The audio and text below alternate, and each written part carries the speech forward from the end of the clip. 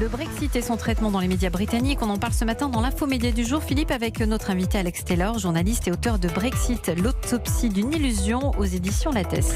On a parlé de la presse écrite, mais il y a plein de gens malheureusement qui ne lisent pas de journaux de presse écrite. Vous dit quelques mots de télévision, Alex Taylor, et vous disiez, quand je veux regarder les informations, je préfère regarder Sky News plutôt que la BBC, ce qui va à l'encontre de tout ce qu'on imagine ici, puisque pour nous, vu de France, la référence ultime en matière de télévision, de probité, d'honnêteté et de balance, c'est la BBC. C'est la BBC, quand même génial. Moi, j'ai travaillé pendant des années à la BBC, mais pendant le référendum, pourquoi il y a eu un problème de la BBC? C'est parce que la BBC a voulu être un peu neutre, c'est-à-dire que chaque fois qu'il y avait un argument, il y avait des pour et des contre. Mais c'est pas bien ça? Si, mais le problème, c'est qu'ils ont fait pas mal de bourdes. C'est-à-dire, je vous donne un petit exemple.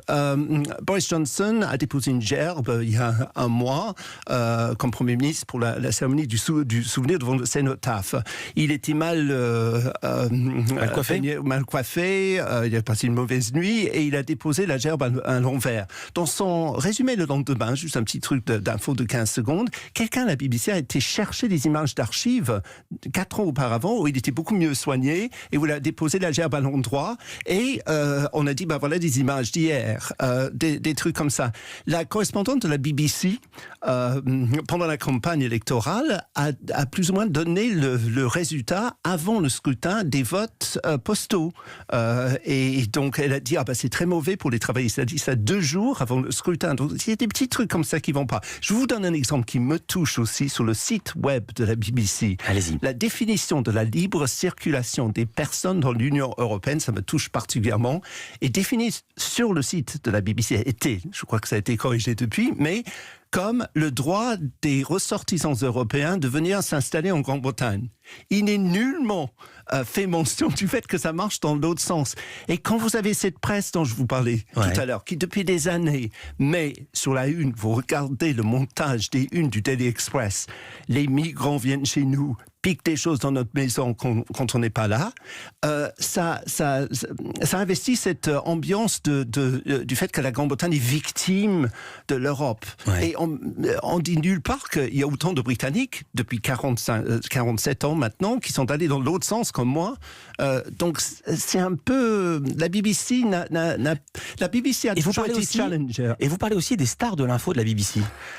Le problème de la BBC est aussi parce que leurs grands journalistes, les figures comme Andrew Marr, Andrew Neil, c'est évident qui sont plutôt pour le Brexit. Ce que je voulais dire pour le fait d'avoir du pour et du contre, c'est que quand je travaillais par exemple moi dans les années 80, je travaillais dans la principale émission matinale de la BBC. Ouais. Et cette émission énervait Mrs. Thatcher, qui apparemment préparait le bacon pour son mari Dennis et pestait tous les jours. Et la BBC était ressentie comme étant quelque chose qui challengeait forcément le pouvoir. Et c'est fini ? Oui. Mais je croyais justement que Boris Johnson était très très très en colère contre la BBC. Oui, mais à tort, à mon avis, parce que quand même... Bon Alors attendez, parce que je vais quand même raconter ce qui s'est passé. C'est une info qui nous a été donnée il y a quelques jours par Cyril Lacarrière. Boris Johnson compte réduire les subventions de la BBC et surtout, il souhaite requalifier en délit et non plus en crime passible de 1000 livres d'amende le non-paiement de la redevance. C'est un peu technique, ça veut dire que les gens auraient maintenant plus facilement le droit de ne pas payer leur redevance. À terme, ça pourrait coûter à la BBC un manque à gagner de 240 millions d'euros, évidemment on l'a traduit en euros, sur un budget global de 5,5 milliards. Pourquoi cette vengeance alors ? Oui, non mais ça c'est pas du tout une vengeance. Il est beaucoup plus en colère contre les autres chaînes. Ça c'est un truc purement économique. Il est beaucoup plus en colère contre Channel 4 par exemple. Bon, d'accord. Oui, non, il n'a pas du tout... justement, parce que la BBC, par beaucoup de gens comme moi qui étaient contre le Brexit, est perçue comme étant quelque chose qui a favorisé le Brexit. Est-ce que vous estimez que Boris Johnson a manipulé les médias une fois évidemment qu'il a été au pouvoir, quand il faisait de la politique, pas quand il était jeune et qu'il racontait des fake news? Il n'a pas besoin, c'est ça le truc, il n'a pas besoin parce que la presse, 80%, lisait des journaux comme The Daily Express, The Telegraph, qui sont tous les jours des choses, des fake news sur l'Europe. Et tout ça, j'essaie de l'analyser dans mon livre en fait. C'est parce que cette presse-là, libre, à souhait, génial, mais cette presse est quand même le résultat de la Seconde Guerre mondiale. Parce que les Britanniques se sentent autorisés à avoir cette presse. Vous imaginez un journal allemand titré comme The Daily Express, titre jour après jour, méfiez-vous des migrants, ils vous piquent des choses dans votre maison quand vous n'êtes pas là. C'était un des titres ? C'était eu en Angleterre. la une du Daily Express, mais parmi tant d'autres, vous cherchez sur Google front pages of the Express, vous allez tomber sur des choses extraordinaires. Vous imaginez ça sur la première page de Bild, c'est parce qu'en fait, les Britanniques, tout remonte à la Seconde Guerre mondiale, parce que le Brexit a été beaucoup couché dans des termes, nous avons sauvé l'Europe, nous allons maintenant reprendre notre indépendance parce qu'ils sont ingrats. Franchement, le Brexit a été beaucoup couché dans du vocabulaire, dans l'imagerie, dans une espèce de fausse nostalgie de la Seconde Guerre mondiale. Puisque vous parlez de fake news, il faut quand même raconter que il n'y a pas que la presse, pendant toute la campagne pro-Brexit, il y avait un bus qui circulait dans toute l'Angleterre avec ce slogan: nous donnons chaque semaine 350 millions de livres à l'Europe, ça fait 400 millions d'euros, donnons-les plutôt à notre sécurité sociale. Or, ces chiffres étaient totalement faux. Et une fois que le oui pour le Brexit a gagné, ils ont dit non, c'était faux. Ah bah le lendemain, même pas genre 4 heures après l'annonce, Nigel Farage était à la télévision en disant en fait moi j'aurais pas dit ça parce que les chiffres sont faux et on va pas les donner. C'est intéressant ça sur le bus parce que le service de santé, ça fait partie de l'identité nationale britannique et ça prouve que les dernières élections et le référendum n'ont pas du tout été gagnés sur l'Europe, si seulement. C'était pas du tout un débat sur l'Europe. Les Britanniques connaissent pas grand-chose à l'Europe. C'était sur des questions de financement des hôpitaux. Exactement. C'est une première à ma connaissance dans l'univers des chaînes d'infos. On a appris en octobre dernier que l'opérateur Sky allait proposer une version de Sky News garantie sans Brexit, qui est destinée aux téléspectateurs qui veulent plus en entendre parler, qui veulent plus voir de débat sur le sujet. Ça a duré 2 ou 3 semaines. Hein. Ah, c'est fini. Vous l'avez regardé ou pas? J'ai un peu regardé, mais comme je suis absolument passionné parce que moi j'adore le Brexit, je trouve c'est passionnant. Moi je me lève le matin en disant qu'est-ce que je vais pouvoir tweeter contre le Brexit ce matin. C'est pas vrai. Ça va me manquer. Parce que contrairement à ce que vous dites, je suis pas sûr que ça tienne la une maintenant. Je crois que ça va rentrer un peu dans les faits. Ils partiront, mais il y aura une période de transition, donc personne ne va remarquer quoi que ce soit.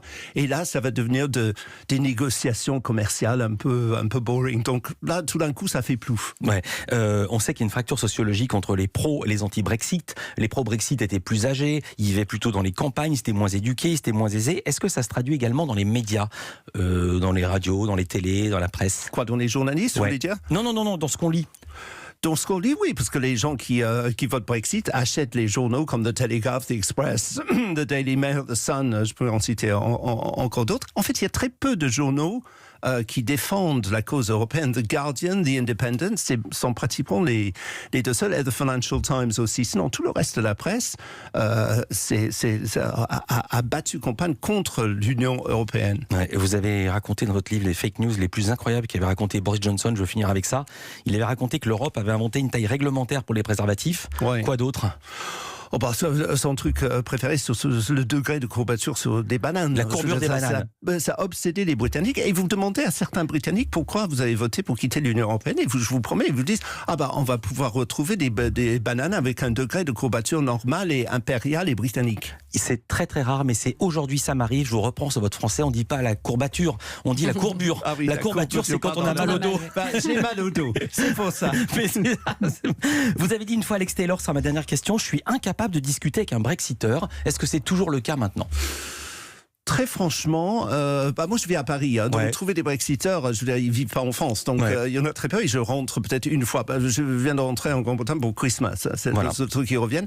Très franchement, ça a complètement divisé le pays. C'est un truc d'identité. Et les gens se sont rendus compte qu'en fait, ils sont soit pour, soit contre. Et c'est vraiment profond.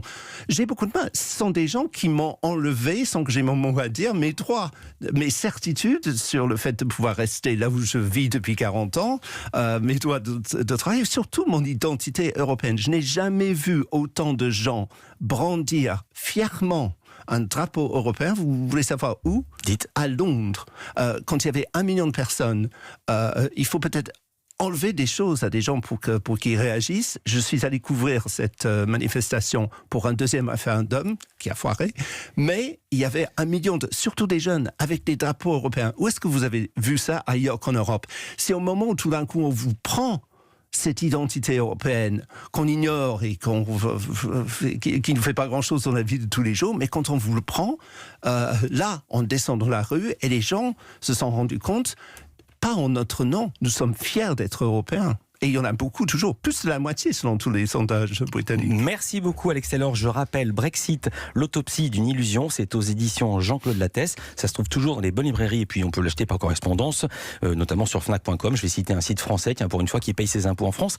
Et puis prenez soin. Merci d'avoir été en direct avec nous un matin en début janvier et prenez soin de vos courbatures.